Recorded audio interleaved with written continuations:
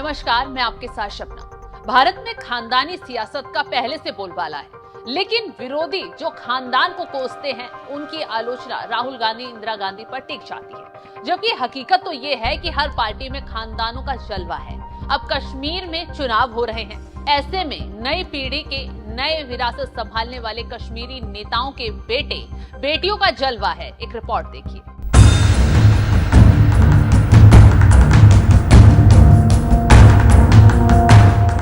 जम्मू कश्मीर और हरियाणा में चुनाव प्रचार जोरों पर चल रहा है और हर पार्टी अपने अपने स्तर से पूरी ताकत झोंक रही है। ऐसे में खानदानों की विरासत भी आगे बढ़ रही है और अब कश्मीर में नए युवा खानदानों की विरासत को आगे बढ़ा रहे हैं। कश्मीर का अब्दुल्ला परिवार, मुफ्ती परिवार, दोनों ही दलों ने अपनी फैमिली से आने वाले लोगों को दिल खोलकर टिकट बांटे हैं। अकेले एनसी की बात करें तो पार्टी के 12 से अधिक उम्मीदवार ऐसे हैं जिनके परिवार में कोई ना कोई कभी ना कभी राजनीति से जुड़ा रहा है। इसी कड़ी में हम सबसे पहले हिलाल अकबर की बात करेंगे।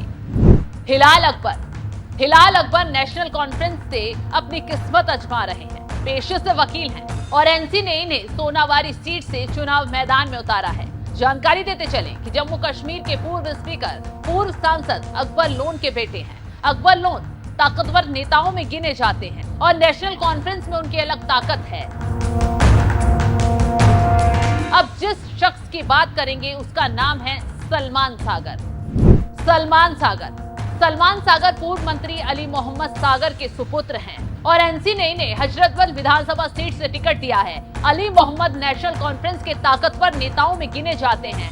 इसके साथ ही साथ खुद अली भी श्रीनगर की खानियार सीट से चुनाव लड़ रहे हैं। तो आप समझ ही सकते हैं कि कैसे नेशनल कॉन्फ्रेंस ने एक खानदान को फिर चुनावी मैदान में उतार दिया है।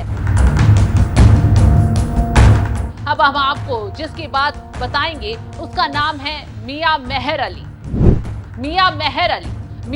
अली कंगन सीट से एनसी के उम्मीदवार हैं। मीडिया में छपी खबरों की माने तो मियां मेहर अली राजनीति में चौथी पीढ़ी है। मेहर के पिता मियां आफ्ताब नेशनल कॉन्फ्रेंस से सांसद हैं, तो वहीं दादा मियां बशीर अली भी कंगन से विधायक रहे हैं। बशीर के पिता मियां निजामुद्दीन अली भी कंगन सीट से विधायकी जीत चुके हैं। इससे आप समझ सकते हैं कि कैसे पार्टियां ही खानदानी विरासत को आगे बढ़ा रही हैं। अब हम जिसकी बात करेंगे उस शख्स का नाम है इरशाद रसूल डोडा सीट से एनसी के उम्मीदवार हैं। इरशाद उत्तर कश्मीर के कद्दावर नेता गुलाम रसूल के बेटे हैं। गुलाम रसूल कर कांग्रेस में थे, फिर महबूबा मुफ्ती के साथ गए और अब पीडीपी छोड़कर इरशाद नेशनल कॉन्फ्रेंस में अपनी किस्मत आजमा रहे हैं। इससे आप समझ सकते हैं कि कैसे कश्मीर की पार्टियां खानदानों को बढ़ावा दे रही हैं। डॉक्टर सज्जाद शफी को एनसी ने उरी विधानसभा सीट से मैदान में उतारा है। आप जानते हैं कि उरी में कैसे आतंकी हमला हुआ था। पेशे से डॉक्टर सज्जाद नेशनल कॉन्फ्रेंस के कद्दावर नेता मोहम्मद शफी के बेटे हैं। मोहम्मद शफी जम्मू कश्मीर सरकार में मंत्री थे। इस बार क्या जनता इनको विधानसभा भेजती है या नहीं, ये देखना दिलचस्प होगा। अब जिसकी बात हम करने जा रहे हैं उनका नाम है इल्तिजा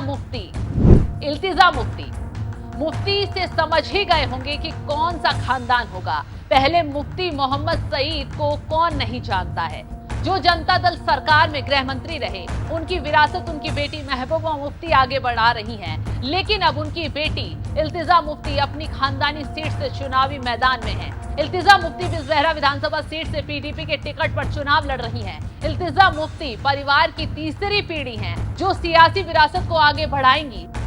इससे आप समझ ही गए होंगे कि कैसे खानदान राजनीति में काम कर रहा है। जम्मू कश्मीर में ऐसे और खानदान हैं, लेकिन यहाँ पर हमने जिक्र नहीं किया है। अब देखते हैं कि ये परिवार वाले क्या पीढ़ी की सियासत को आगे बढ़ा पाते हैं या नहीं। फिलहाल इस खबर पर आप क्या राय रखते हैं, कमेंट कर जरूर बताएं।